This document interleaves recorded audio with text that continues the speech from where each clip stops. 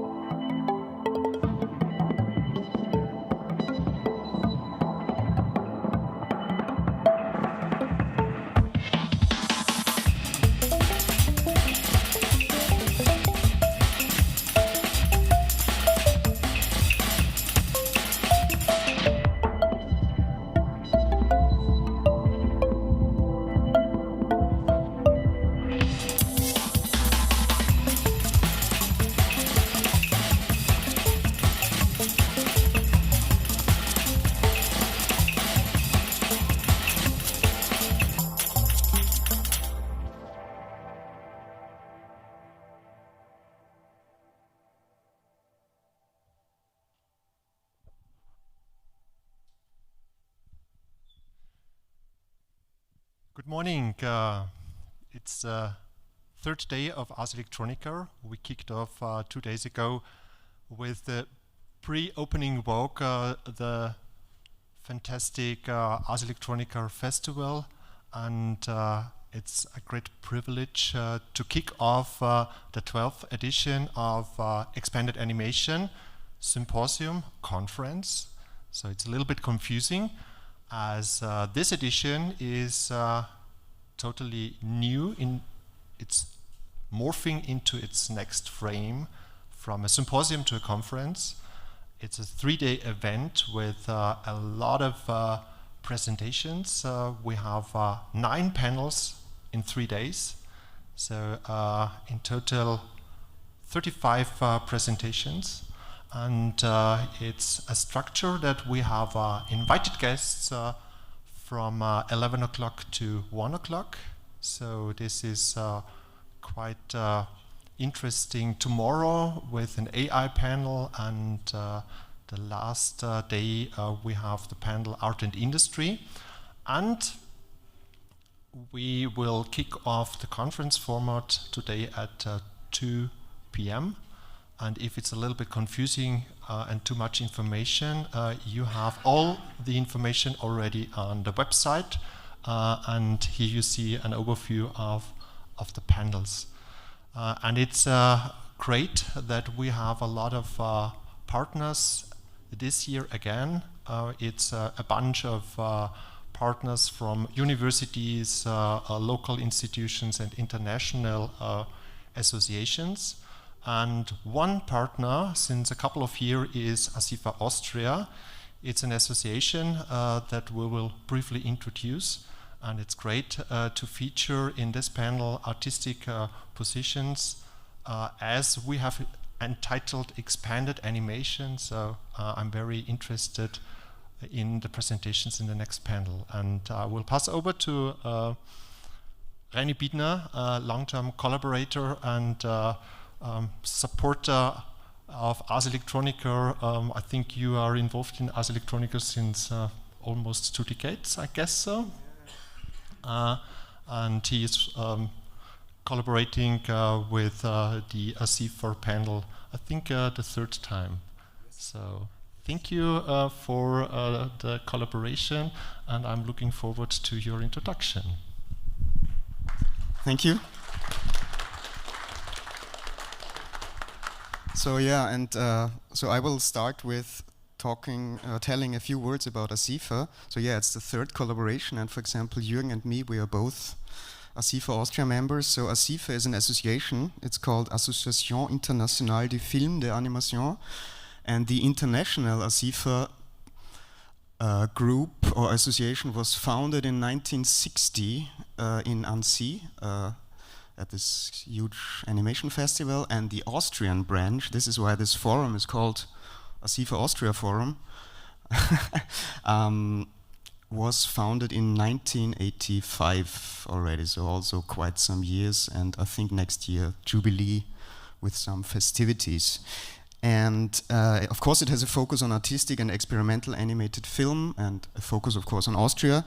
And you know, just to name a few things about ASIFA Austria is they have an animation studio in Vienna in der Pontegasse, where you can work on films, where there's discussion formats, workshops, and where there's an archive. And then, for example, there is the ASIFA Keil in Vienna, which is a beautiful place to exhibit works somewhere between animation and fine arts, and I have something connected to ASIFA Keil, this place in Museumsquartier.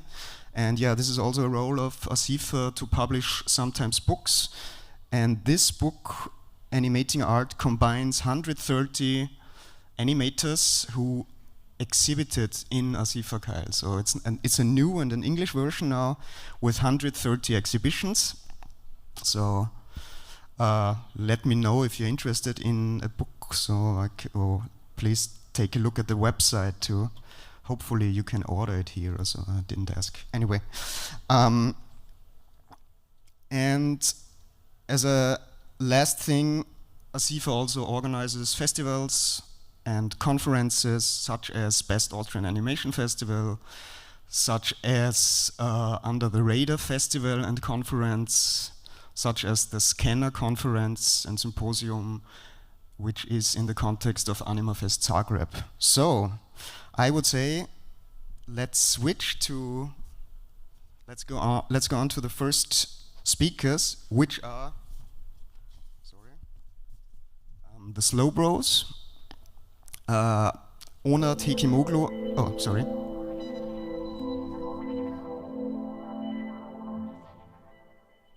So, Slow Bros are Onat, Hekimoglu and Ole Tillmann. And Onat is a game designer and a composer. He's based in Cologne, such as Ole. And Onat has been working on interactive projects, installations, VR experiences, and games. And together with Ole, he's co-founder of the game studio Slow Bros. And he was director and composer of the project that they will talk about in a moment. And Ole Tillmann is illustrator living in Cologne as well, working in illustration, animation projects, games, magazines, streaming services, TV, live shows, and many, many more. Clients such as Sony, Netflix, Vice, Disney, amongst many others. And yes, both are co-founders. And Ole is art director, and the talk or the presentation is called Making of Halibut, a handmade narrative game. So the stage is yours.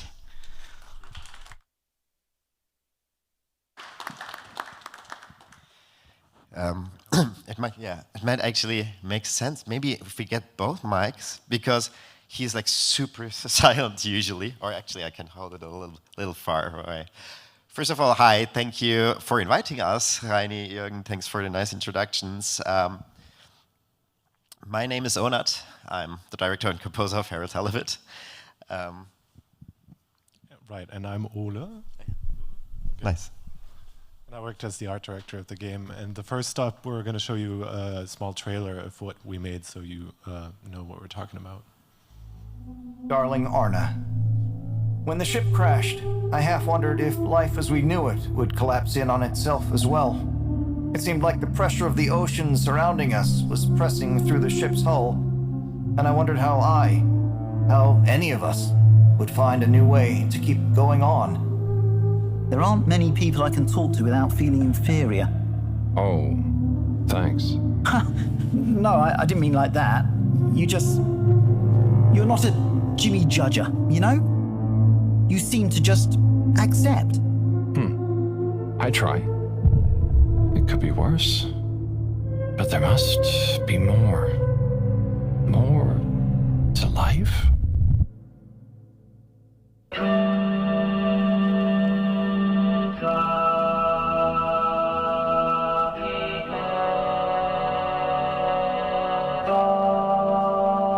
Is that Dr. Computer? Dr. Computer? This opens a whole box of questions.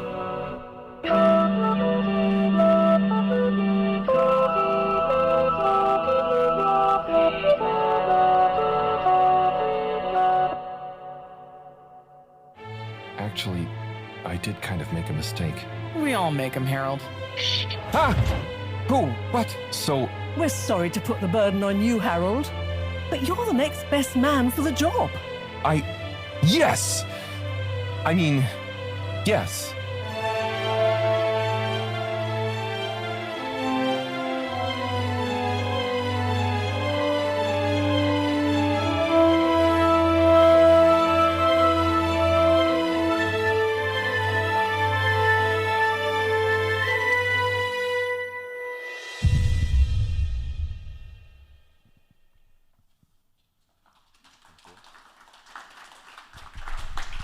Thank you.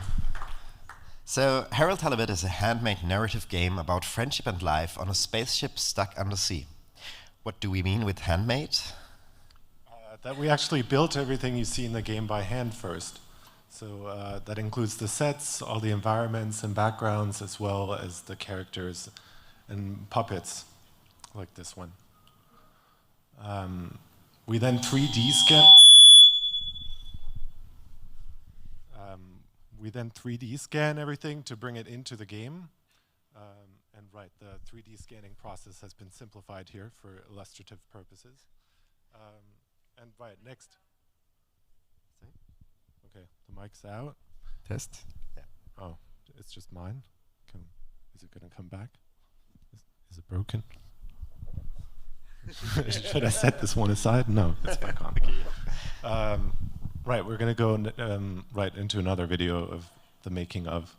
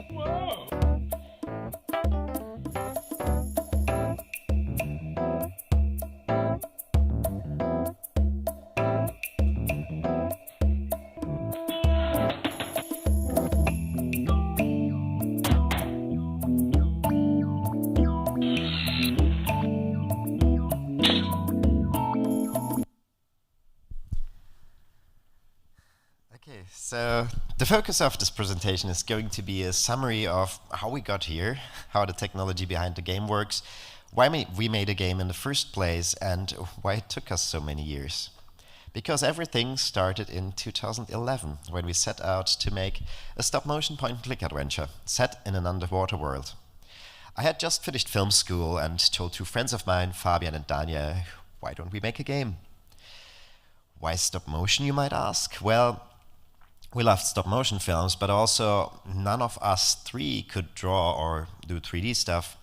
This was a couple of months before Ole joined the team, so this seemed like the easier way for us, actually. So it's always a matter of perspective. We started building our first models in my kitchen. I even had hair at that time still, so it's been a while. This is Harold's room, by the way. You are going to see it in different iterations throughout this talk. And the next step was to create characters. So this was the first model that we actually built, and also my application for studying game design, for the Masters in Game Design. Yeah, the next step was to create characters, and we quickly realized that while we were good in actually building things, we weren't artists, and it was very hard for us to kind of visualize how our main character could look like. We knew we needed some kind of concept art. Which is where I came in. I grew up in the same town as Onat and Fabi and our other friends, and we were connected through our sisters. And at the time, I just finished art school, and I was living in the US, actually. And I was working for Disney in Los Angeles, so I was pretty far away. And I received this video, which I kind of loved off the bat. There's in the background, there's some like cute music playing on top of it, and they convinced me to just draw up a couple of loose sketches for their main character, Harold. And this is the sketch we got from Ole, and we thought with a great sketch like this, it should be easy to build a character, and we ended up creating this abomination. So we asked Ole if he didn't want to join the team to do all the artist-related things. Yeah, which I happily did, and ultimately resulted in me moving back to Cologne to join them. And we dove deep into experimenting with this whole process. We're all in our early to mid-20s and just poured a lot of our free time into this project, basically. And at the time, we were still planning to do actual stop motion, which is why the bodies still had rigs inside them. There were foam bodies and latex and all the stuff you have to deal with stop motion. And they didn't have mouths or eyebrows, as we plan to add that in post-production later on. And this was one of the more elaborate sets we built at the time, but it's still just a static photograph that we lit with actual lamps around the set. While we didn't have the founder myth of a garage, we did spend all of our time in, this is Onat's bedroom at the time, and it was kind of between that and the kitchen, and just getting that all messy and full of sawdust. And yeah, we started recording stop motion footage, and the idea was to have just because people haven't seen these pictures, the lighting set up around the actual built set on the left side, and then all the animating of the characters in front of green screens on the right side, frame by frame, and then we plan to add that just as a 2D layer on top of these static backgrounds. And these first things led to this, which is the first prototype of the game.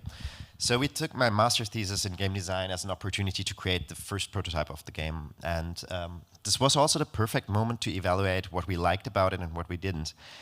The general stop-motion look or style was given by that time, and we liked the atmosphere of the photographed sets.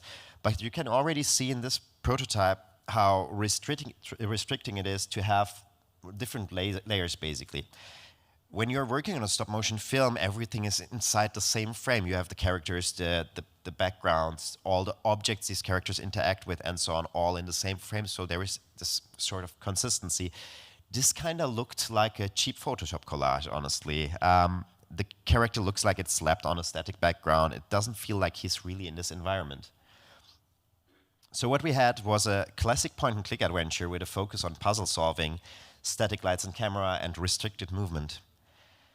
But what we wanted was a modern narrative game with a focus on story and exploration. I mean, the whole project basically started because we wanted to tell a deep and engaging story, and we had the feeling that classic point-and-click adventure puzzle solving kind of slowed down the pace of the story experience we actually wanted to create.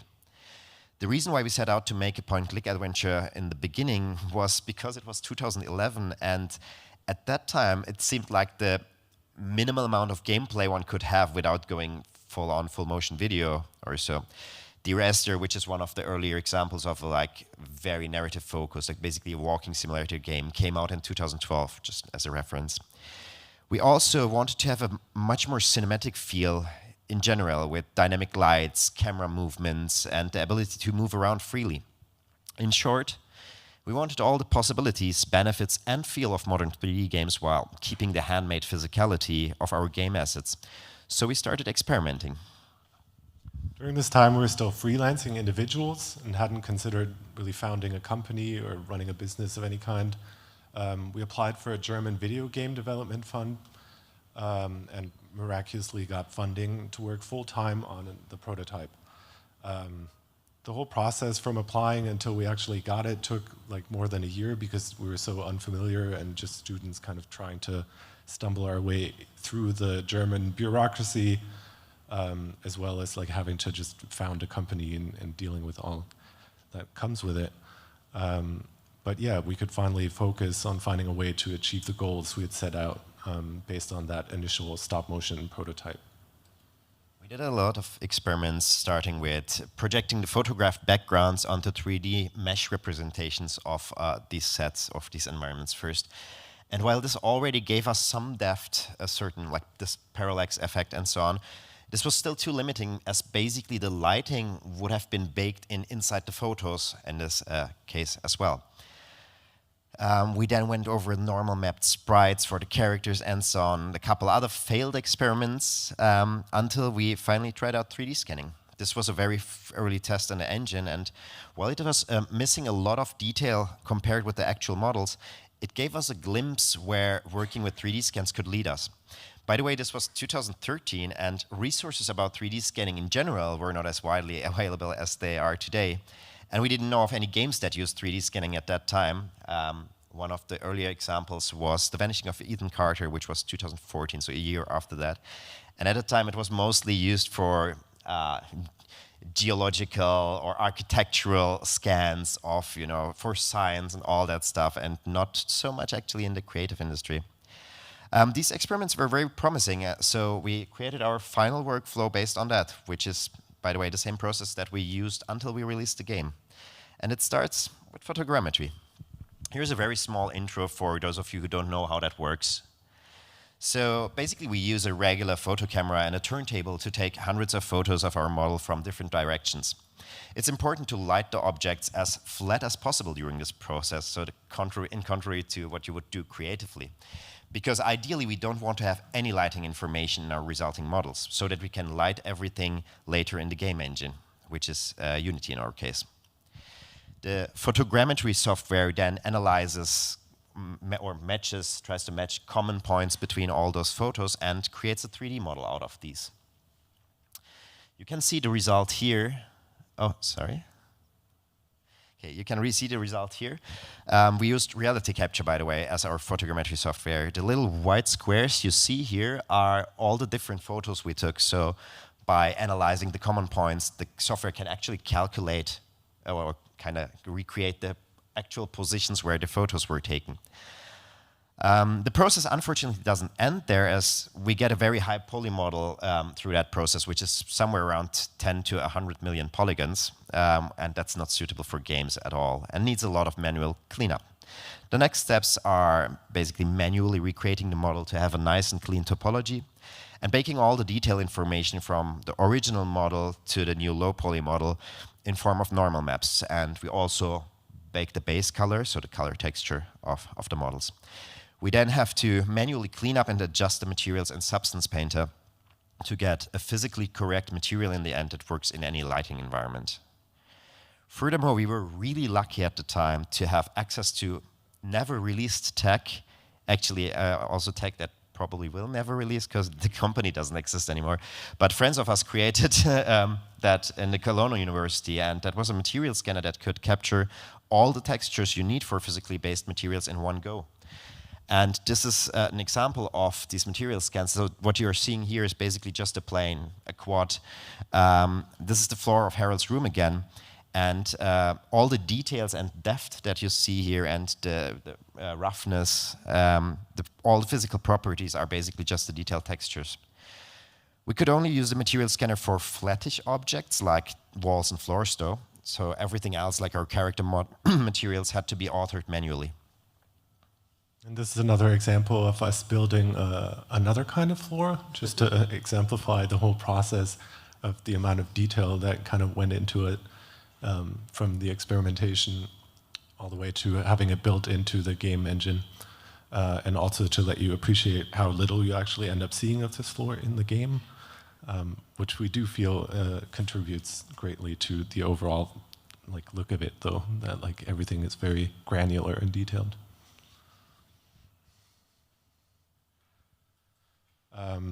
We also applied the photogrammetry-based process to our character models and the animation workflow from this point on.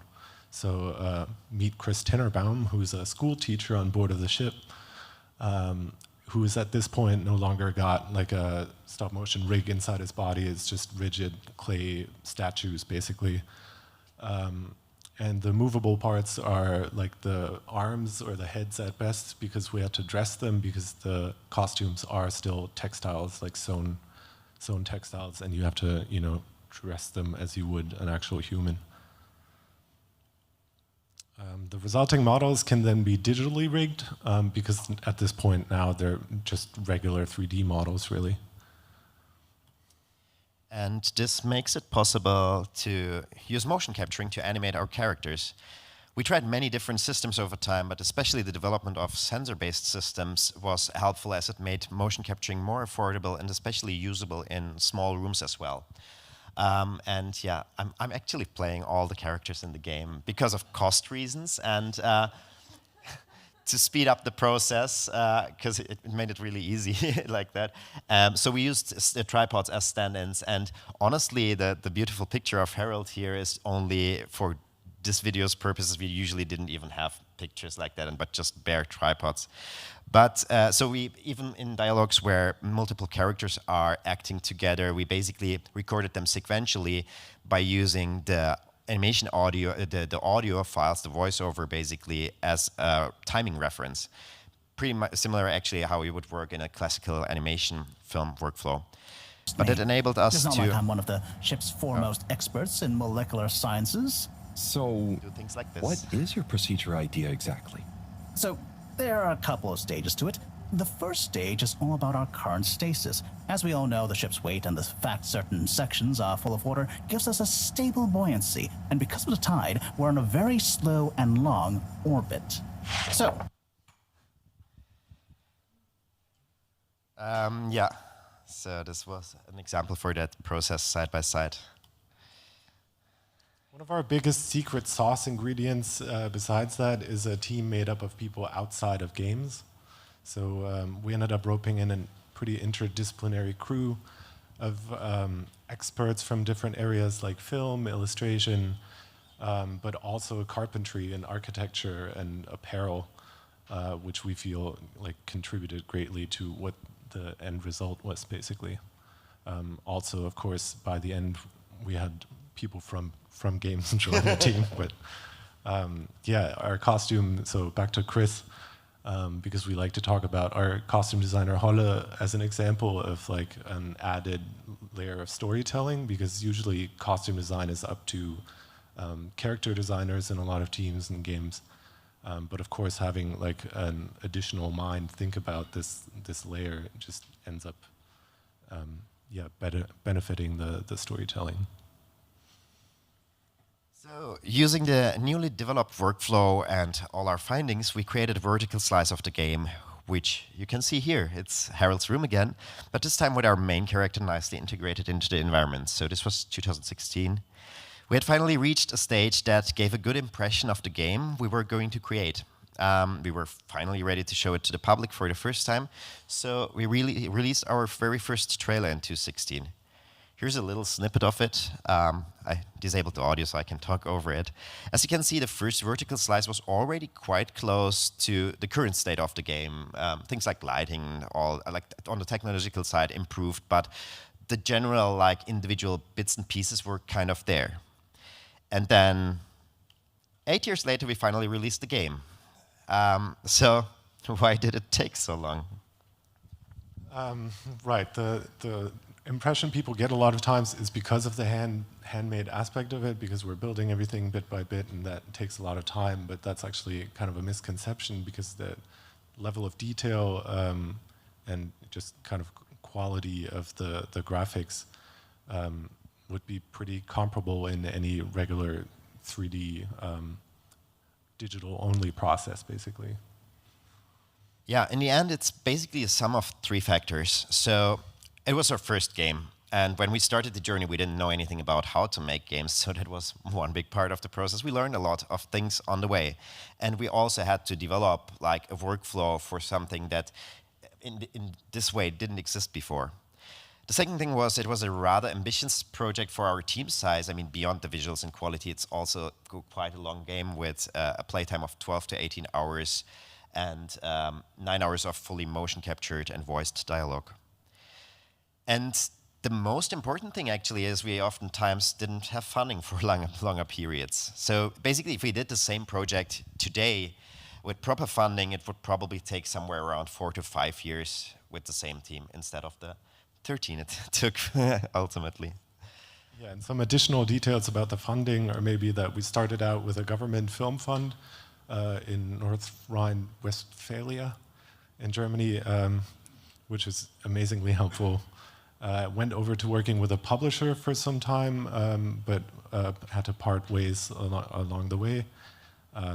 And ultimately, the Game Pass deal that we made with Microsoft towards the end of development enabled us to really realize the project and like bring it to the end the way we wanted to, which is just really important, because a lot of the development was also just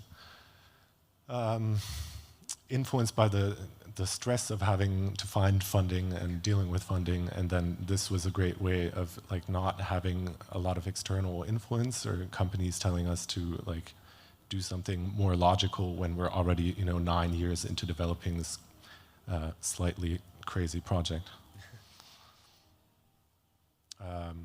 Right, and thankfully, ultimately, the reception was really kind and nice and beautiful. And yeah, we wanted to share some of it in the trailer we made for that.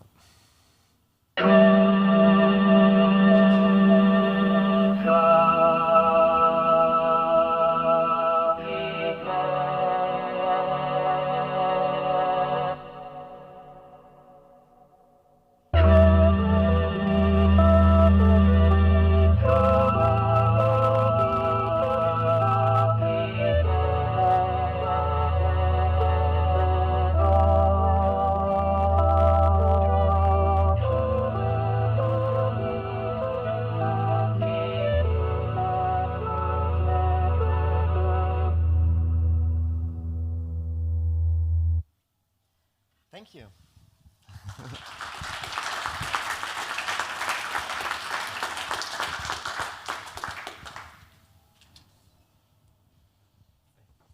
Thank you. So maybe we have to switch.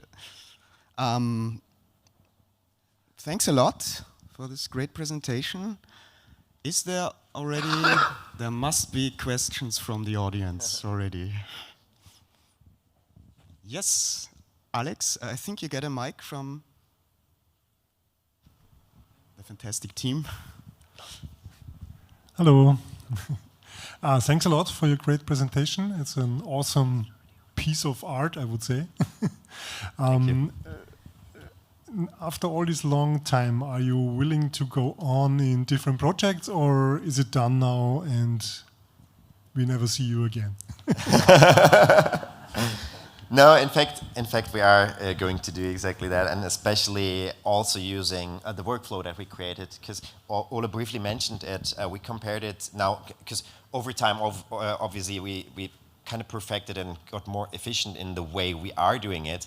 And first of all, our entire team works like that, so we couldn't even work in a different way. But even comparing it with more traditional 3D-based workflows, it's very comparable in terms of the time it takes, but looks totally unique for us. And so, yeah, that's already basically decided that whatever we do, it's going to be in a similar style. We are likely going to explore other game genres, and also we probably are going to do something like smaller in scale in between, at least. But yeah, definitely are going to go on with other games as well, but also other media as well. So we are not strictly limited to just stay in games. Yeah, maybe, thankfully, it was like socially also a really nice experience. Like we're all still friends and survived the time. Yeah. Yeah, I think considering that we also like run a business together as friends, we had so many people like kind of question this project over time to some degree, you know, reasonably, of course, but yeah, being here now, I think that's worth mentioning, that we've like made it here and are happy to go on, both as a business, as friends, and as like a creative endeavor, basically. At which stage of the development, back here, sorry, yeah, thank you for the presentation. At which stage of the development was the story fully developed? And did you all write it yourself, or did you have external writers? And if so, how and where did you find them? So yeah, good question. We developed the story pretty early on, at least like a big outline. That was important to have like one big source pool that we figured out, and that then controlled everything else that happened from there on out. We worked on it as a group of the 4 people that founded the company, and then we decided fairly early on, though, like after we had set that initial outline, that we needed like a native speaker, because we knew we wanted it to be in English, and we then coincidentally found someone at I can't remember what EGX in London.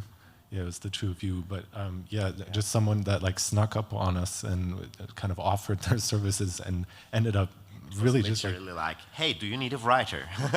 Yeah, but it was so crazy that ended up like being the perfect match, because we then got to know Danny Waitson is his name, really well, and worked with him especially on developing the dialogue, and just we would go over our plot outline and eventual like kind of details down in the more detailed story structure kind of, and then introduce them to each, like, oh, in the scene these characters are present, and then he really helped us both with the dialogue and honing in on like the personalities, and just really getting the characters one step over the line that we had brought it to, kind of, which is also really nice. And how did you find the voice actors? A pretty tedious process on Twitter mostly, of just asking people who wanted to participate, and then going through like an actual like casting process bit by bit. Fabi, who's another one of our co-founders and who's sitting in the audience, is with us, which is important because I generally want to encourage everyone to come up to us and ask us questions afterwards, because obviously it's a lot of information that we're trying to cook down into this one presentation. But yeah, it was then just a casting process, having people like talk and try out these characters that we had at this point imagined for quite some time, and in our heads they were like pretty like concrete people, so we knew pretty well like if the voice was there or not.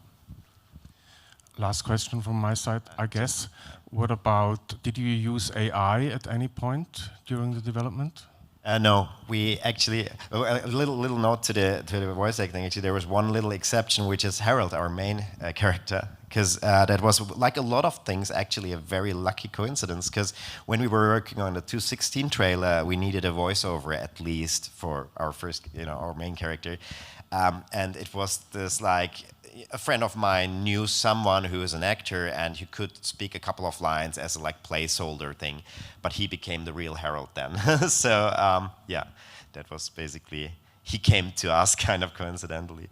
And yeah, AI, we didn't use any AI during the process. Again, we were quite far in the process already when the AI thing came up. But then again, we actually did some experiments because we wanted to try, especially with upscaling and so on. But even that oftentimes looked too artificial in our eyes. And yeah, and besides, so it was kind of like the contrary thing to what we are doing basically, which is like going through the slow and analog process of things. Yeah, so. We thought it might have potential in like more the tool side, basically, like I said, like upscaling, for example, cleaning up stuff, denoising photos maybe or so. But yeah, by the time we were testing these things, they still weren't as advanced as we had hoped. So Irina, maybe last question. No, because it's connected to the voiceover topic. So you told us that you were acting all the characters, which is amazing. But have you recorded the voiceovers before the acting? Were you acting to the voiceovers? And how was this experience for you, like to keep the timing, if it was the case? Yeah, it was exactly like that. I briefly mentioned it, but it was like very short. That's obviously essential to the process. It wouldn't have worked otherwise. So we basically have not only had recorded the voiceovers, but also had edited the dialogues already with their perfect timing. So we had like these completed dialogues, but just without the visuals. And so that means we could actually use the voiceovers and the dialogues as a timing template to actually act out the characters. And that was especially even more important. It's obviously important to react accordingly to what is there in the voice, but it was also the perfect timing cue, for example, when multiple characters are going through the same corridor simultaneously. So we put markers on the floor, but we still had to know, like, okay, I have to start at marker A, go to marker B, but start going with that keyword.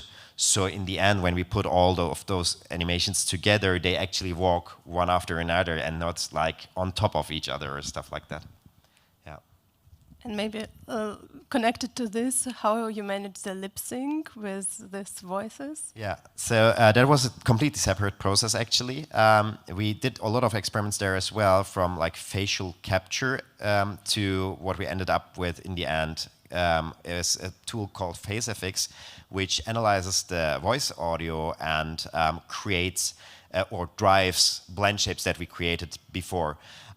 So blend shapes basically like with other, 3D animation, but we did a little. Again, it was a careful balancing between what we want to mimic stop motion as much as possible, but what fits better in the game world, like the animations themselves, basically. So walking around, we felt made more sense to when it's fluid because it worked better as a game. For the facial animations, for example, we limited the animation to key poses and skipped blending between the blend shapes so that we had a more stop-motion looking facial animation. But then again, we had smooth eye movement, for example, because that felt more fitting for the depth of the story and so on, and it wasn't as jarring to have these like jumps. So yeah, it was always a careful balancing, and yeah, facial animation was basically driven by the audio. Thank you. So I would also suggest to move on. Thanks a lot for this beautiful project. I'm quite sure there's a dark and cold winter coming by. Harold Halibut, you have, I think, 10 hours of gameplay, sort of, or 12 to 18. So yes, you will have some time in winter for that. It's on Steam. So, and I would like to welcome Irina Rubina as our second presenter. She's an animation director, producer, and animator who is based in Stuttgart. And she has a company called Iraro Films, and she's creating on the one hand short films, animated short films, music videos, but also hybrid and collaborative projects in between animation, film, stage performance, music, and dance. She was at Filmakademie Baden-Württemberg and also in Gobelin at the L'École de l'Image. And she has a PhD for animation directing from Konrad Wolf Film University of Babelsberg. And last but not least, she's also a mentor and lecturer and curator at various institutions. And she is a board member of ASIFA Germany. Maybe you still remember I tried to explain ASIFA at the beginning. So, welcome, Irina.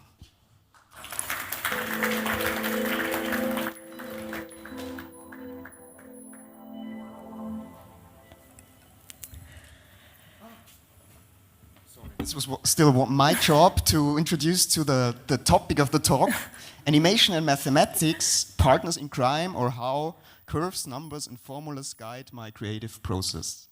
Sorry. Thank you for introducing the topic and welcome to my talk. Today I will try to show you how mathematics influence my work and my creative process. But before I start with this, I would like to ask you a question. How was your relationship with mathematics at school? So please raise your hands who hated mathematics first and were glad to quit the school and never did something connected to maths again. Yay! Honest, thank you. And are there somebody who loved mathematics and maybe was explaining all the tasks to classmates, or everyone was copying your homework during the school times? Yeah, okay, that's a good balance. So as you can imagine, I was belonging to the second group of people, and how it influenced my life later. Art and mathematics were two subjects that I selected in high school as my advanced courses. So after the school, I went to the art academy to study photography, and it turned out that art was, or the way it was lived in this school was too subjective for me. My fellow students and professors were discussing art concepts endlessly, and I needed fewer words and more practical work. So I decided to go away and to study mathematics, because for me at this moment I was searching for objective beauty in mathematics. As art is, mathematics is something that humankind invented from zero. It's an artificial construct. It's a language that doesn't exist on the street. So with mathematics, we can describe maybe the nature, but we cannot find it. So theoretically, it's a nice idea. If you have a theory, there is only the proof of the theory can be either right or wrong. There is nothing in between, so no subjective opinion. Maybe there are several proofs to a theory, but it's either right or wrong. But after doing for several semesters this, I noticed I miss art, and I miss human beings, and I miss social topics. So those two disappointments brought me to animation. And I still keep connecting those two subjects in my work. Here you see optical illusions, an impossible triangle by Penrose and painting by Escher. And I think film and animation are also illusions. We create characters, stories, and people want to be deceived by those stories. They want to forget that it's fictional. They want to dive into this magic and it's real for a moment.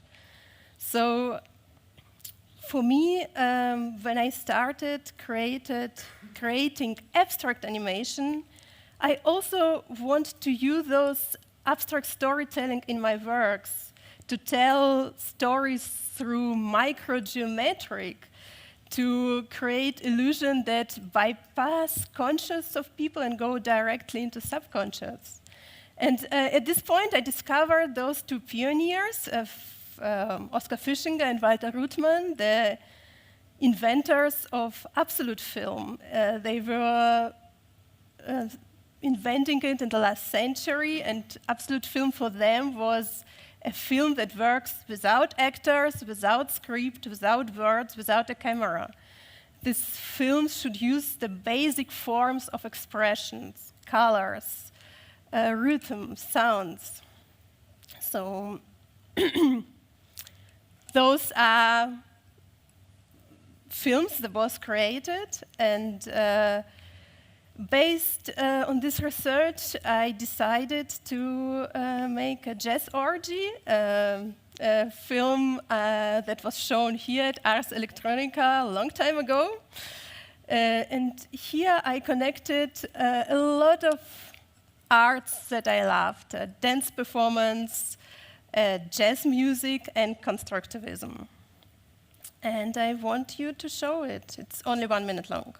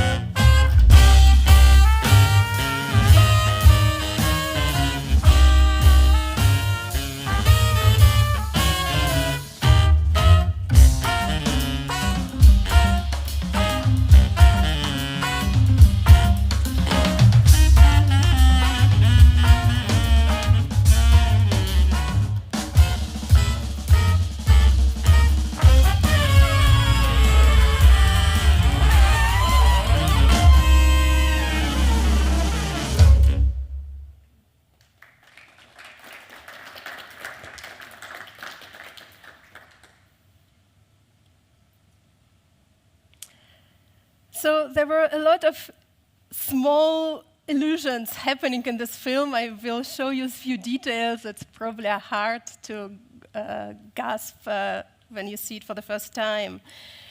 I was taking 2D animations and adding a three-dimensional space to them. We are jumping into a ball and suddenly the camera goes through the tunnel. So to mix those strict geometric forms with organic movements was important for me to create some breaks and disruptions and to use those disruptions to build the dramaturgy, the abstract dramaturgy of this piece.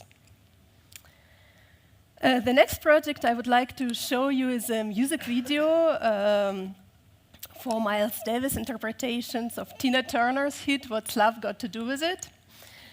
So probably a lot of you know Miles Davis, famous composer and musician, but which is not so well known that he was also a painter. For him, painting was more a therapy experience. He was practicing it through the darkest period of his life. And the idea of this music video was to create something based on his own graphical work. Of course, with my interpretation, with different colors, with a little slightly different style. So those two pictures, it's a cover album from Star People and a painting with no title from him, are the base for the music video. I cannot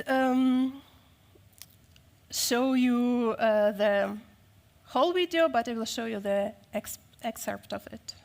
So maybe first about the challenges of this production. It was important for me to deal respectfully with the visuals of Miles Davis, of course, and to keep his love for detail in the animation on the one side. On the other side, we had 6 weeks of production, which is amazingly quick for animation.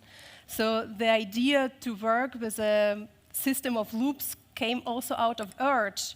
We were a team of 8 people, and still it was quite a challenge to make a 4 minutes music video with this detailed style.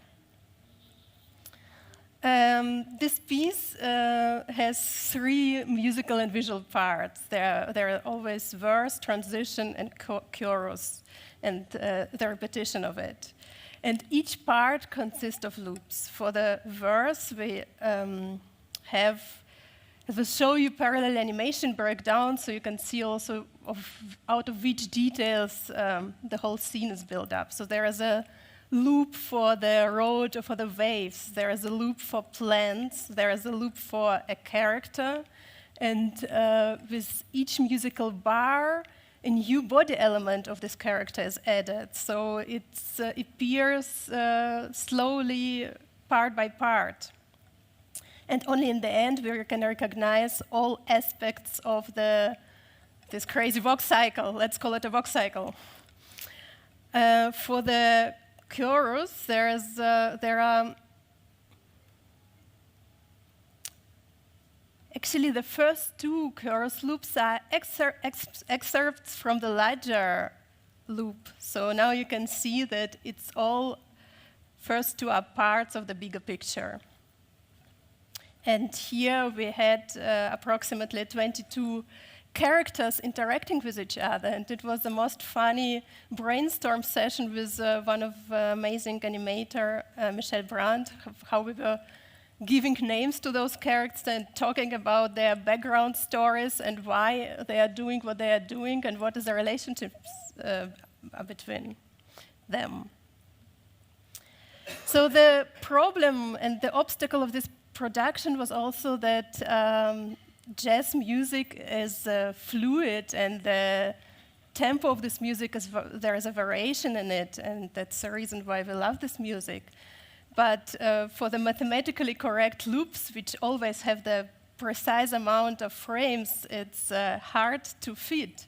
So my solution was to do a multi-editing process. I was editing each loop to the bar of the music, meaning if the musical bar is a bit longer, I would cut out several frames from the loop, add several frames to the loop. If it's short, I cut out those. So in this way, we could create interplay between those strict mathematical structures with organic jazz music. And now I'm coming to the last project I would like to present you. It's called Austria, and it's an unfinished short film. That's why it's work in progress. The film is inspired by a Russian Jewish poet, Osip Mandelstam, who was killed during the Stalinistic repression for a poem. It's also inspired by his wife, Nadezhda, who learned his poems by heart and kept them in her memory till they would be published decades later. So the relationship between a repressive state and society accepting the state and creative individual who doesn't fit it were the question that brought me to this project. Yeah, no need to say that it's not imaginable in modern fascist Russia that is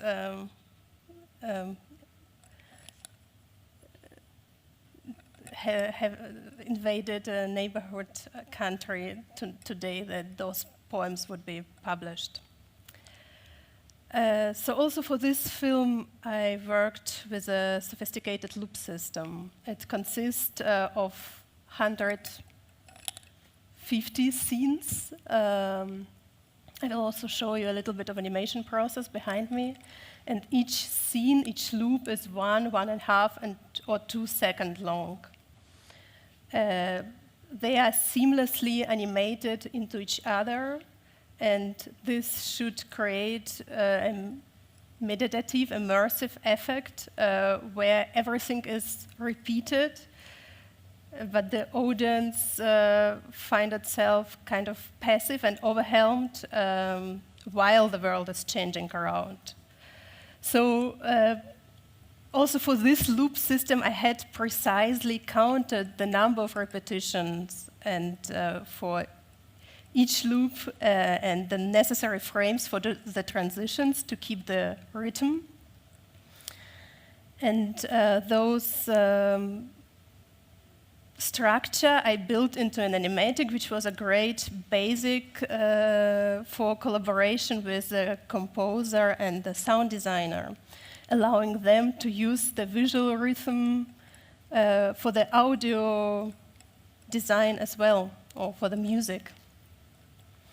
So for this project, I also plan to develop an AI system based on all the painting that we painted for this film through the last years.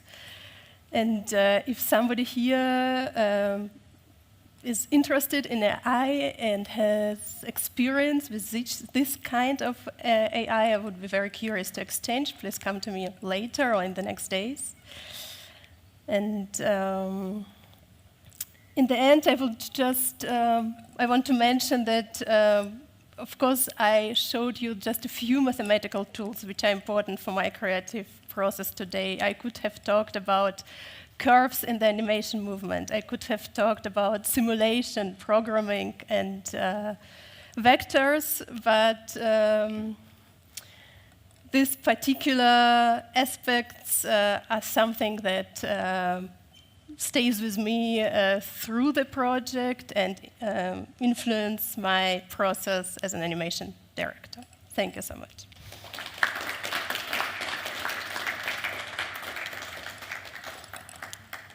Thanks a lot, Irina. Maybe a first question from my side. So you work a lot with music, and it's very close to music, your projects, as it seems. And music, and for example, jazz. I think Jazz Orgy, it was called, the first project that you showed. I would say jazz is a very spontaneous thing. Animation is not necessarily always a spontaneous thing. How do you deal with? I mean, is it nowadays? I mean, you have a career already. 2015 is already 10 years ago.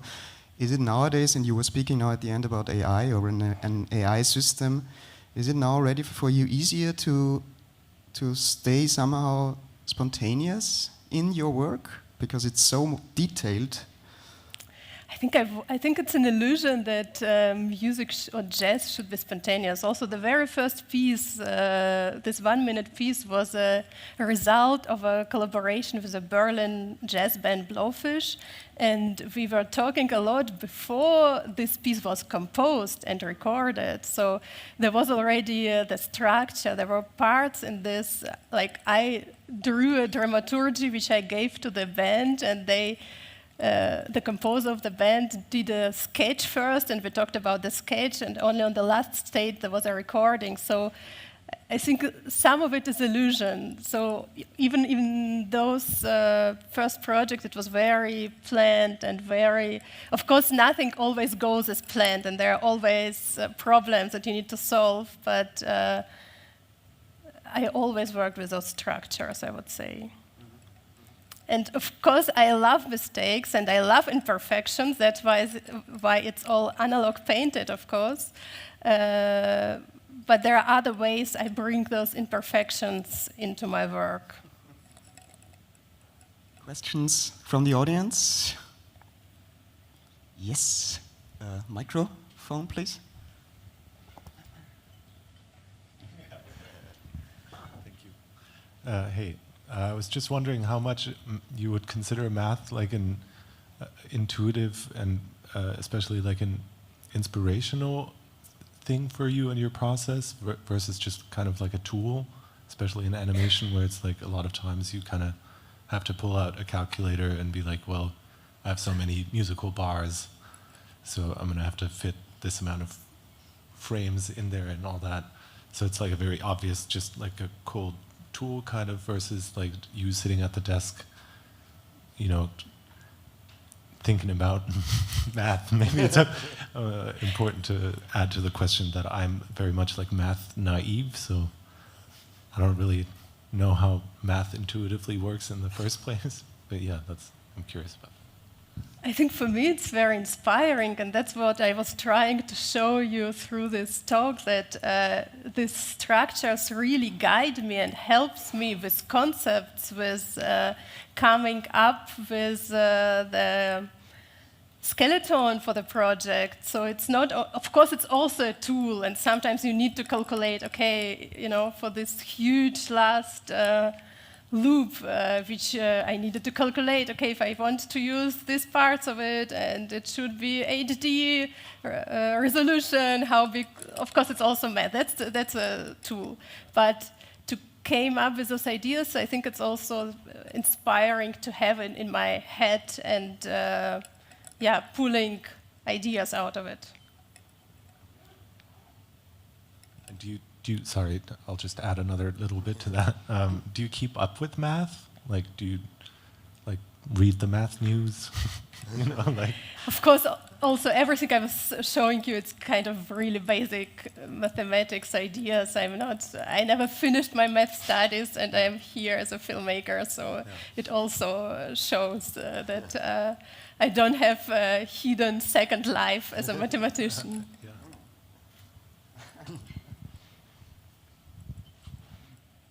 Thanks. Yeah, thanks for your presentation.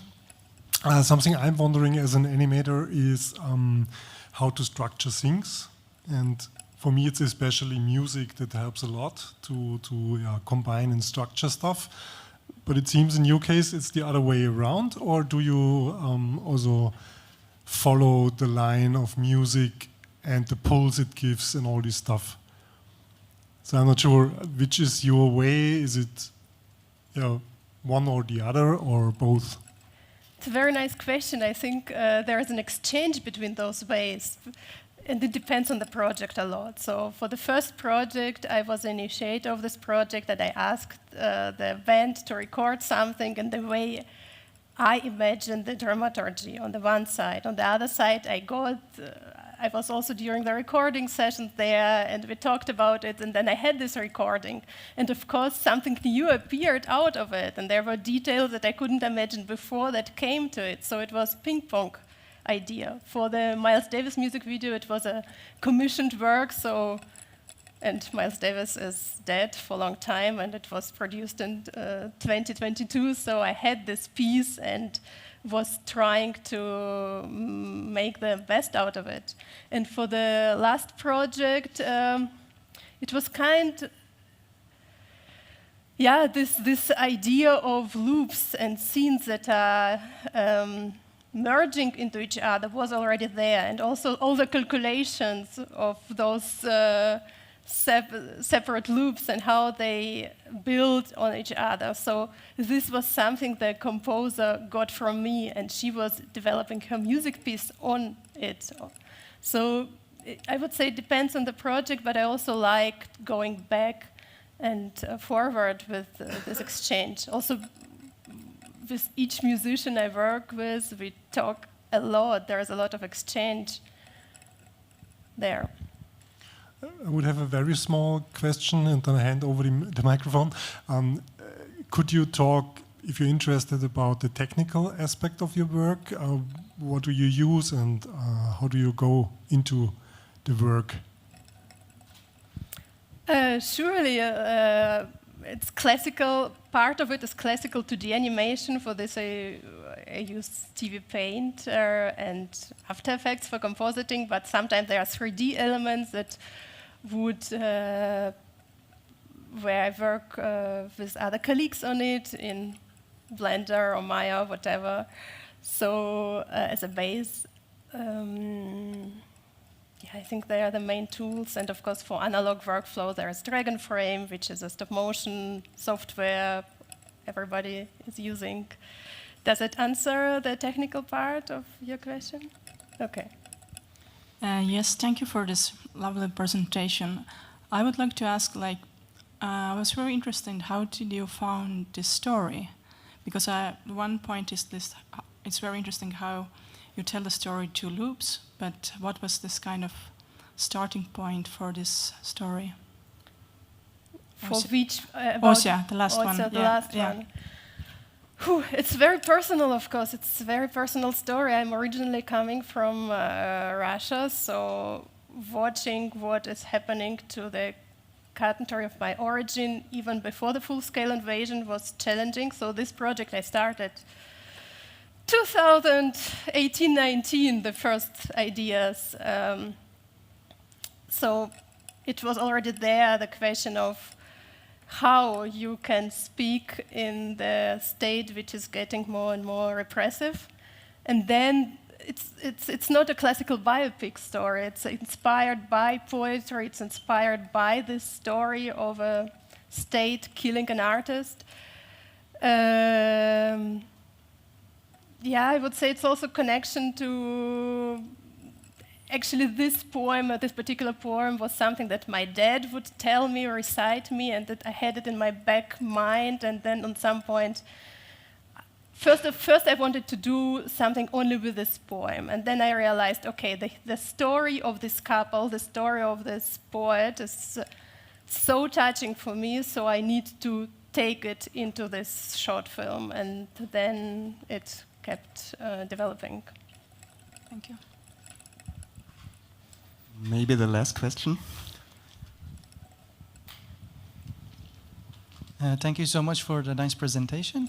I just have one question about the AI you mentioned at the end. Did you use any form of AI in the last film that you showed, or can you please explain about how you use AI in your work? Not yet, but I hope to do so. So for this project, I worked with a huge team of people, and we were developing animation and all the painting. It's painted in a quite sophisticated way in layers and then built together. And now we ended up with not finished film and a lot of paintings. So my idea was to create our own AI system out of combination of the outline 2D animation and all the paintings we have done so far. And to see if we can, even several eyes, because it's painted in layers. There are layers of acrylic, there are layers of ink, there are layers of gel pen, and to see how this system can copy our style if we also help and paint some style frames for each of the scene. I think it's a longer conversation. Maybe I can explain it more detailed later. So thank you a lot, Irina. Thank you.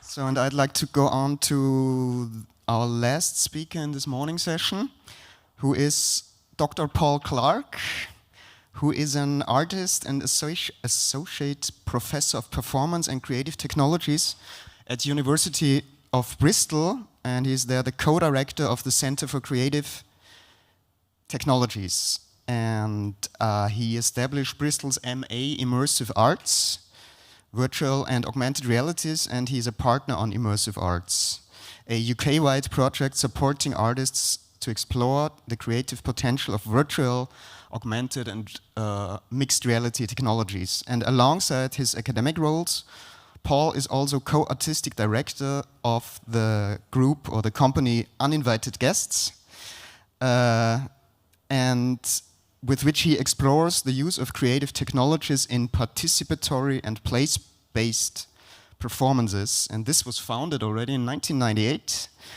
and has shown in many, many countries internationally. So, and Paul's presentation is called Participatory Futuring through Augmented Reality and Performance.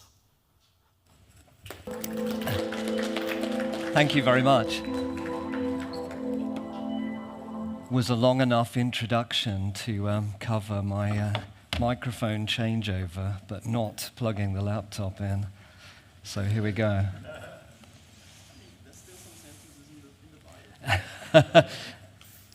Ah.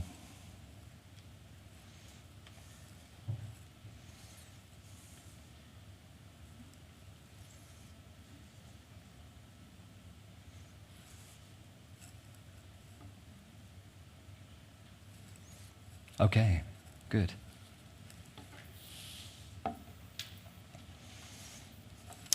So thank you very much, Rani, for that introduction. And thanks also for the invitation to present in this context. So, I'm going to discuss Uninvited Guests Future Places Toolkit, which is an augmented reality engagement activity for planning consultation and neighborhood visioning. Through this example, I want to consider how AR, science fiction storytelling, and participatory performance can support communities to imagine preferable futures for their places and explore their affective relations to these.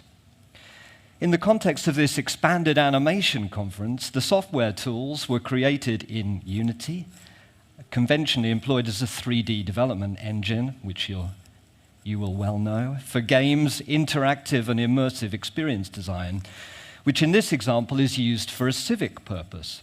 And with the theme of this year's Ars Electronica being hope, it's worth noting our interest in Ernst Bloch's critical hope and active utopianism as strategies. Firstly, a bit of background. Future Places Toolkit applies an approach developed for the AR performance Millennium, a collaboration between the performance company I co-direct, Uninvited Guests, and sound artist Duncan Speakman. Rather than a historical guided tour, Millennium is a guided tour of the future of your place, on which we tell site-specific science fiction stories. Future architecture appears around you as a 360-degree AR animation, and you hear spatialized soundscapes of possible utopian and dystopian times to come. The tour concludes with an opportunity to design tomorrow's city together, and you see the speculative architecture you describe appear drawn in real time and layered onto the buildings of today. Live-streamed multi-channel audio also immerses you in the location sounds of the sci-fi you collectively imagine. First commissioned by Bristol's Watershed and the Smart Internet Lab, Millennium has since shown at Stripe, Festival of Art and Technology in Eindhoven, and in Bilbao, Budapest, and Belgrade as part of Uninvited Guests' Perform Europe-funded Performing Futures tour. Coming from Bristol, clearly one of the criteria for our partners was that they had to be based in cities beginning with B. The footage you've been watching is of this. So in each of these places, people who participated suggested approaches from Millennium could be applied in urban planning.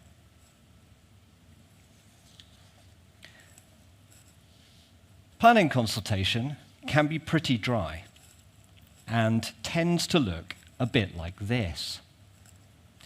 Some boards on the walls of a local hall. Consultation tends to take place away from the site being developed and is assumed to have little impact. It's hard for people to visualize or imagine what plans would look like in their context when they're represented in 2D away from where they're going to be built. Wouldn't it be good if people's reactions to planning consultation were a little more like this? So this is a problem for architects, developers, and council planners. How can you engage people with consultation and people who are more representative of local communities, including young people? How can you get residents involved in shaping better places for their neighborhoods, in improving plans for developments in their places, plans that are better aligned with their wants and needs, which they can buy into and support going forward? Future Places Toolkit responds to this challenge by exploring whether creative methods and immersive technologies, science fiction storytelling, and augmented reality can get a wider range of people involved in discussing plans, and whether these conversations are more meaningful and constructive in the site that is being developed. The aim is to place citizens at the center of the planning process and enable better contextual decision-making.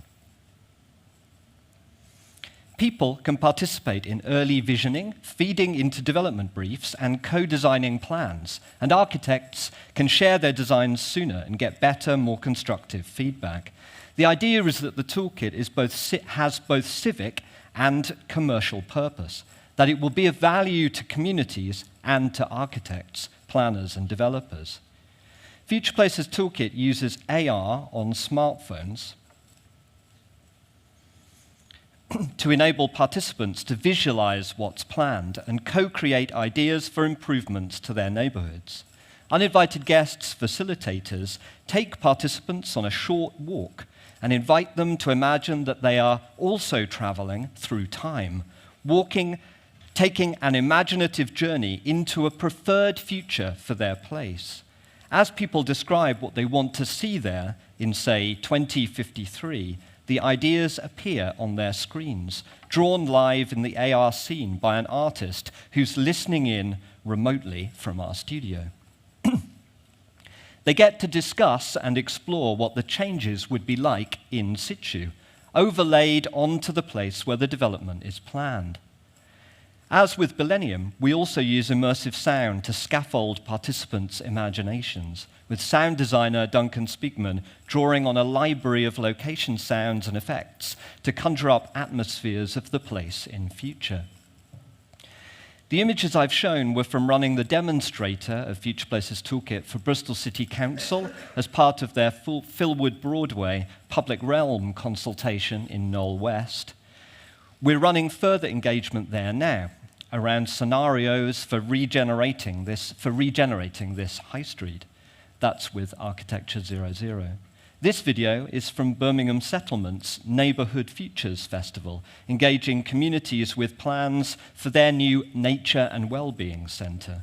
That was with colleagues from the Centre for Socio-Digital Futures. So in this context, I thought I'd say something about the shifts in the AR tech development.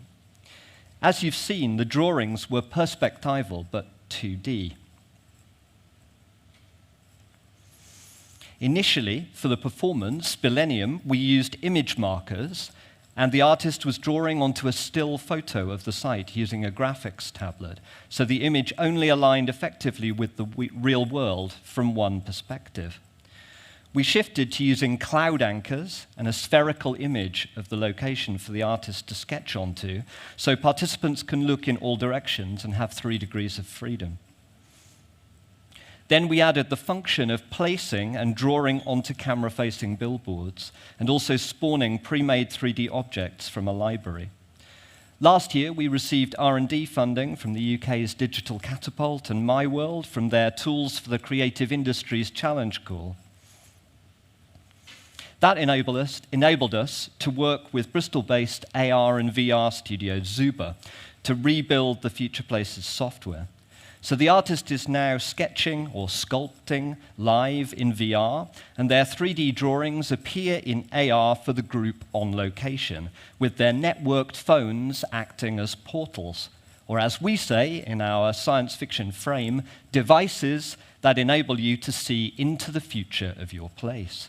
We're now using Google's Geospatial Creator in Unity, which uses AR Core and 3D tiles from their Maps platform and Street View scans, so the artist can enter the coordinates and see the geometry of almost any location. They can bring the real world into their editor and fly through a photorealistic 3D representation of the space as you would on Google Earth. So now their 3D sketches can be located or anchored in the real world location, and participants can walk around them and get a better sense of what they or the changes to a place would be like. We still retain the feel of live sketching or illustration, although in a way, as I said, it's now sculpting. The style's hand-drawn, so it doesn't seem as finished or finalized as architectural models can, but open to discussion. They can combine pre-made 3D drawings from the library with using different sketching tools in response to the speculative conversation. Bruce Sterling has suggested that virtual environments could be described as interactive design fictions, virtual sandboxes for democratic, participatory ways of co-creating speculative narratives, and what Hartmut Kernitz calls playful utopias, safe spaces in which to simulate and play as if, try out different scenarios which can fail without actual consequences. I want to explore these ideas in relation to Future Places Toolkit, and in this case, collaboratively augmenting real environments as a way of co-designing preferred futures and place-based science fictions. In reference to Brecht's Verfremdungseffekt, Darke Suvin describes the cognitive estrangement of science fiction, which can defamiliarize our observed environment in a way that functions dialectically.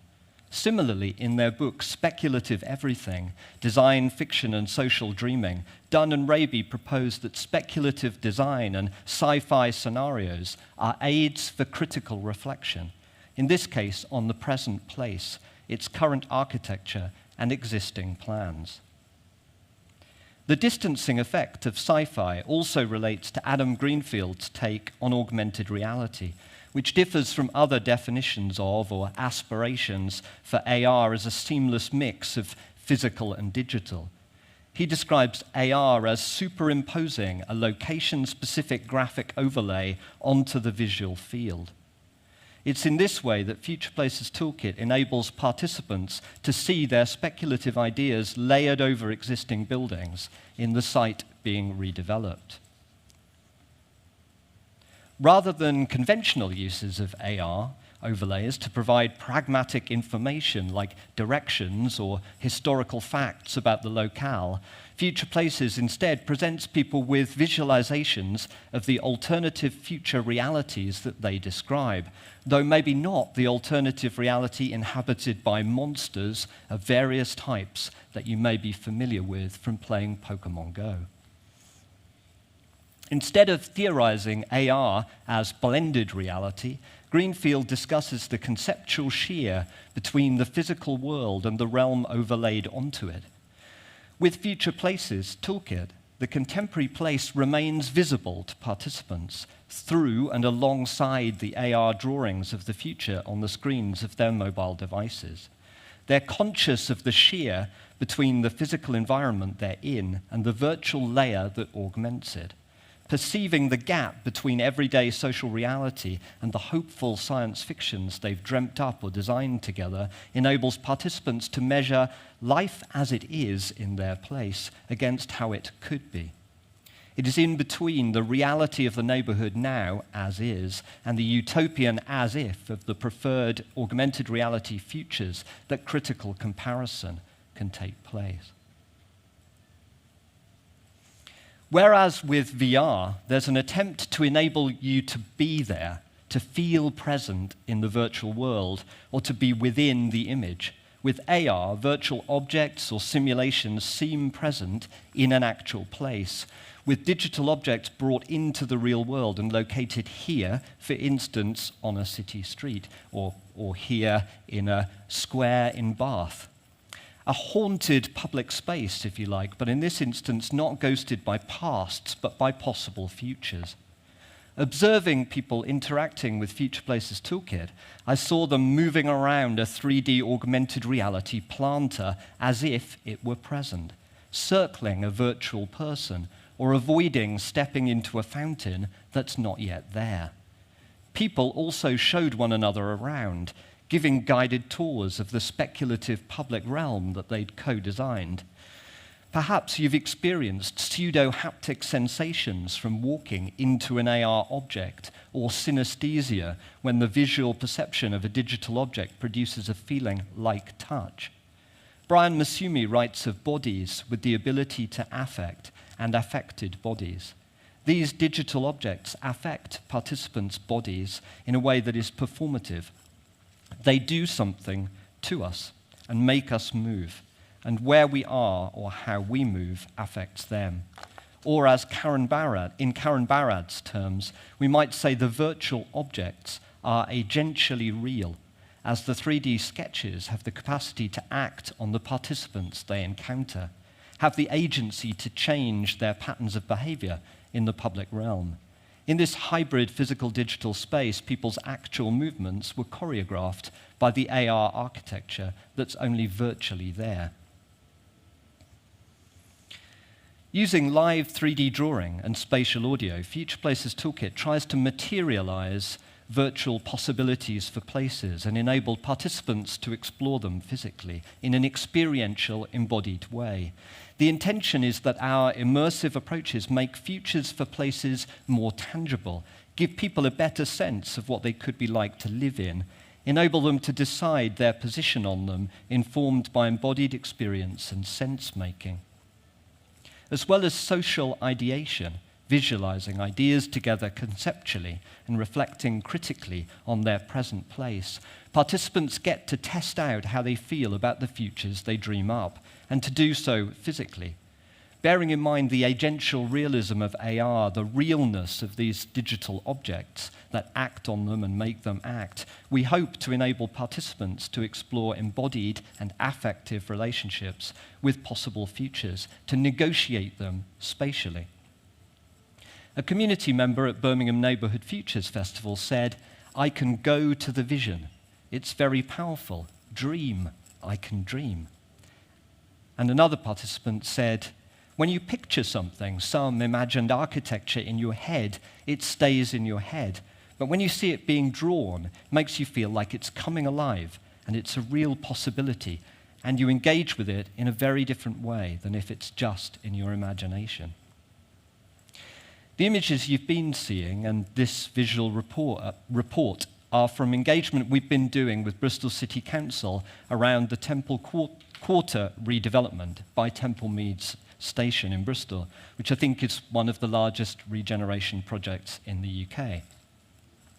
Our aspiration with Future Places Toolkit is that AR and located science fiction storytelling can, as Dunn and Raby say, help people participate more actively as citizens in co-creating more socially constructive imaginary futures for their neighborhoods.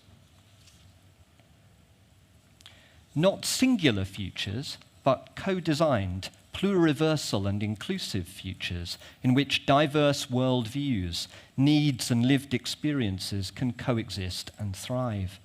People, particularly from communities on the margins, are often excluded from democratic decision-making and planning processes concerning the future of their places, and from both writing and featuring in mainstream science fiction.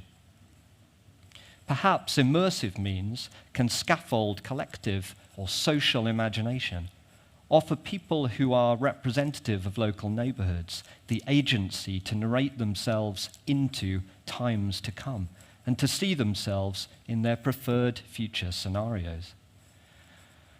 So in the time I have, I will end with the questions that drive this project rather than conclusions. Can participatory featuring through performance and augmented reality increase people's ability to imagine otherwise, to envision alternative social imaginaries from those we expect or are anticipated for us by councils, developers, or corporates? Can such interactive, immersive approaches which make possible futures feel closer to reality and therefore more probable prepare community members for taking agency in shaping their places? Through such participative and prefigurative methods, can we pre-enact possible scenarios, both to inform planning decisions and rehearse more democratized or social forms of local decision-making? We hope Future Places Toolkit can build people's capacity to anticipate, the etymology of which I like, and the etymology is to take care of ahead of time, to care about or for their own, their community, and others' futures. So I've got a short coda. One of our inspirations was Anna Jain of the speculative design studio Superflux, who writes that she hopes that through the lens of the future, people can reflect better on the present, on the decisions and the actions we take today, on where we want to be and what we can do to get there. For mitigation of shock, Superflux materialized a future scenario, building a full-scale physical prototype of an apartment in Singapore in 2068, radically adapted to deal with the consequences of climate change. Their installation enables you to explore the apartment and experience in an affective, embodied way how we might live in a world transformed by global warming. With Future Places Toolkit and other work with uninvited guests and the Centre for Socio-Digital Futures, like Future Soundings, which this is an image of, I'm interested in creative and immersive approaches to futures, particularly what Stuart Candy calls experiential futures. Speculative, virtual, or mixed reality spaces can be created through or from which we can reflect critically on the present, on dystopian futures currently in the making, or on the potential unintended consequences of today's decisions. Or, turning to hope, critical hope, perhaps, can XR technologies like games engines, spatialized sound, AR, and virtual environment design be applied to enable communities to co-design and experience preferable, sustainable futures and imagine and materialize alternative, inclusive scenarios? Thanks.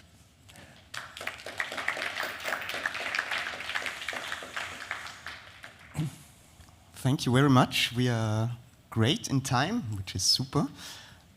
So, is there already some questions from the audience? A microphone, please, to Sonja.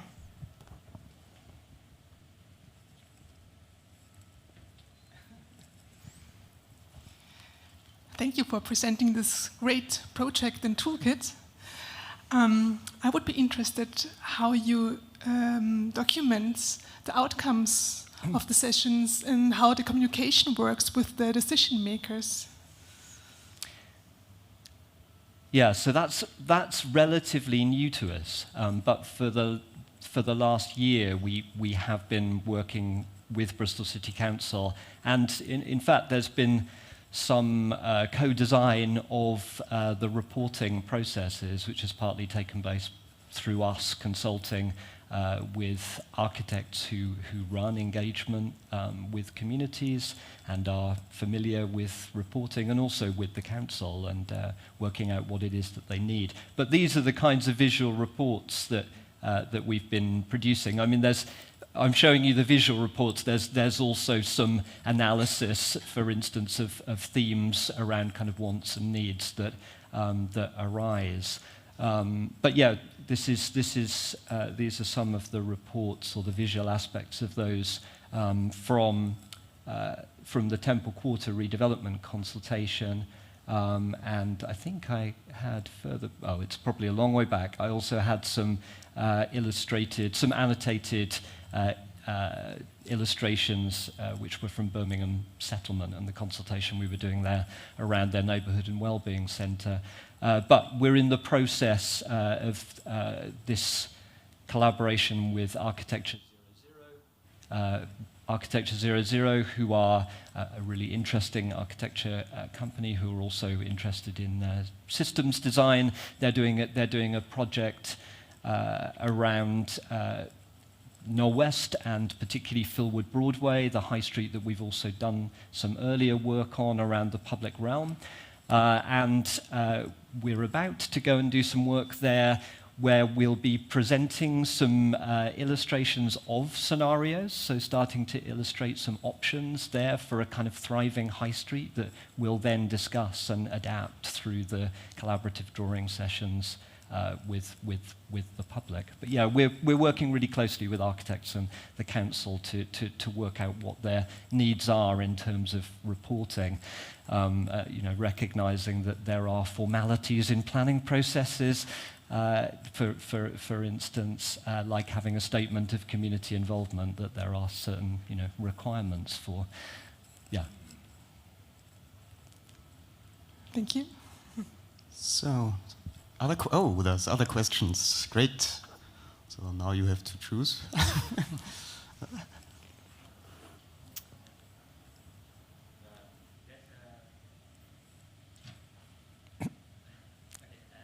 There's a question from our live stream. Okay. And Axel asked, how was your experience with the tracking quality using the geospatial creator? Well, it's actually pretty good. I mean, it's an interesting kind of trade-off, because the most accurate match that we've achieved between the real world and the artist's images is actually what we were doing initially with the image tracking in the early kind of 2D version that required participants to stay in one point and view from the same perspective. But the tracking is pretty good now with geospatial. But what we are using is also, so we're combining the use of geospatial with a tracking image. And so there's always some minor adjustment of that tracking image manually to get a really accurate synchronization between the virtual and the real spaces. Thank you. Good question there.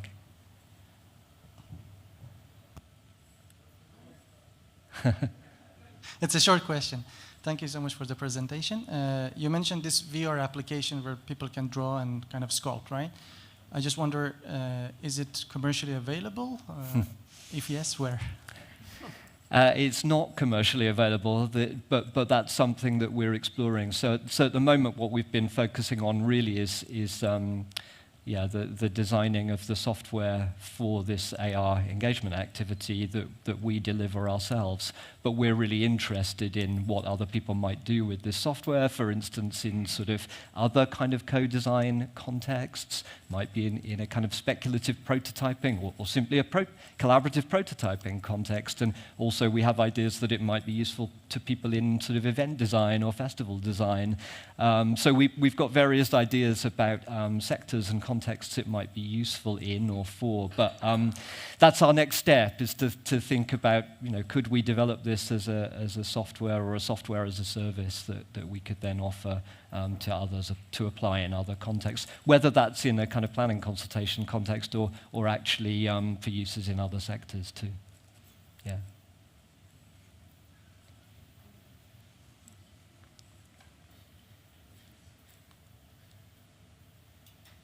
Question here. Oh, yeah. Hello. Hi. Very interesting project. I had a question about the aesthetics. You had mentioned, and I'm sorry if I got the wording wrong, but that was deliberately chosen, that aesthetic, to leave it kind of open-ended. Was that the use of the word? Open-ended? And I'm sort of grappling with that in my mind, because for me it isn't open-ended. I'm looking at the world from a child's perspective. and the audience members, the people participating, appear not to be children, appear to be mostly adults or young adults. So I was wondering if you could comment on that. Well, I mean, I suppose the idea is to, I suppose there's two things that are worth saying. So one is that you're seeing a software tool or drawing tools that are in development. Some of the earlier images you're seeing, actually the tools are not as sophisticated as we would like them to be. So the artist is working with quite limited tools and limited palette. As the images go on, you're starting to see people working with more sophisticated tools. Of course, they're also they're drawing immediately. They're drawing live in VR whilst listening. So there is a need for actually the illustrations to be relatively simple and illustrations that can be produced quite rapidly, even though they are now able to draw on a library of pre-drawn objects and also pre-drawn objects, which speeds the process quite considerably. But yeah, there was a sort of decision in the development process, and we could have gone either way. We could have decided to go with photorealistic objects and a library. I mean, that would have limited us to a library largely, but we could have gone with photorealistic objects, and instead we decided, partly because we were working with artists who are kind of illustrators shifting into VR, but also in conversation with architects. So architects who tested this said this is bringing sketching and playfulness back to their architectural drawing, which they were finding very kind of absent from 3D modeling software. The interest from the public and architects we've been collaborating with was in fact, because this is for use in consultation rather than in showing to a client, for instance, what a finished building might look like. The idea was to keep this rough and sketch-like and illustrative, because certainly the feedback we've received from them is that feels less finished, less of a fait accompli, and much more kind of open to the imagination and to change and the input of the public in those communities, and in a way playful. And that's where actually, because the sort of childlike aesthetic could be read as a kind of criticism, but actually, we do want it to feel playful and open to more speculative imagination that takes people out of their kind of everyday concerns around kind of constraints and scope, and opens up some of the themes, the wants and needs in other ways that are not limited perhaps by some of the concerns around either constraints or resistances to developments, because you maybe fall into a not in my backyard kind of attitude, rather than thinking perhaps more constructively about the potential of developments that might respond to needs and that you can buy into. Yeah. So I think here is a maybe last question, I would say. I think when there's a collaborative effort in a digital space, you're bound to get at least some degree of socialization. So have you ever experienced people wanting to write messages to each other, or do you even appreciate it, and how do you deal with it? I suppose, again, there was a decision in the development process that the drawings are filtered, the drawings and also any text or annotation is kind of filtered through the artist, and that what we're hosting and facilitating is a conversation in the place. But there was at a certain point that we were also interested in, well, can the participants draw with their mobile phones? Can the participants place 3D objects, or can we kind of annotate? And those things are possible. At the moment, it's usually me who is writing annotations for the artist about where to place objects. So it's or what the key themes are or ideas are that have come up in the conversation. So no, at the moment, the public are not participating in that way. Partly because to sort of keep some control over this already, we think, quite kind of diverse and multivocal kind of vision, because we're also not necessarily trying to reach a sort of consensus. So actually, we are trying to represent all of the ideas that come up, even if some of them might, point in quite kind of different directions or towards kind of different futures. So yeah, at the moment people are not annotating or drawing or contributing themselves, but that would be possible, and that's something that we could explore in future development. So maybe I would come to some closing remarks, or one thing from my side still, when I saw the images and videos, what you could really see in the audience was they are having fun, which is great, and which I guess is connected maybe to your theater background, because you not necessarily always see this sort of joy or fun in media projects which are connected to, or collaboration, which are connected to AR or VR, maybe even more, or XR, whatever. So congratulations on that. So. Just a little remark on that, which is just to sort of return to the sort of playfulness. One of the functions of this, and it does kind of come from having a theatre and performance background or a participatory performance background, is actually we are trying to inspire people and scaffold their imaginations, and also to engage people, and maybe to engage other people than those who would tend to come and get involved in a planning consultation, which, tend to, as I said, tend to be perceived as dry. So the idea is partly that it is entertaining in itself and has some value, and in being entertaining and engaging as an activity to participate in itself, and that's quite important to us.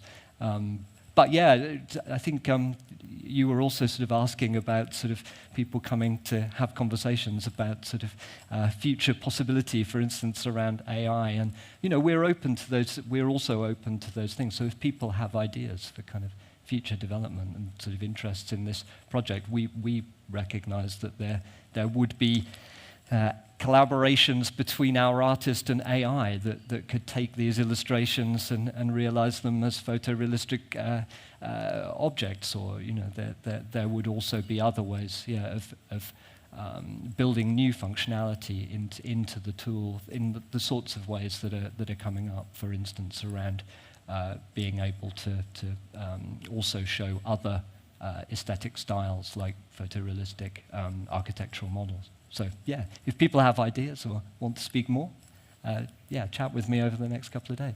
Super, thanks a lot. And yeah, thanks also to Irina and to Slowbros, Ole and Onat. So I think you're all around in the next hours and days, so maybe you're open for questions. So thanks a lot for this quite diverse topics that we discussed here. And to the team, also thanks a lot for the live regie. Could you show the, now I think as far as I know, now there's a break of 1 hour. Oh, great. The echo. Playful until the end. The slide with what's happening in the afternoon. So yeah, we have a break now. We deserve it, and then it's there's a welcome for the conference part, so that in the afternoon there will be shorter talks which are based on paper submissions. So, and yeah, I would say see you. So thank you, and see you in an hour.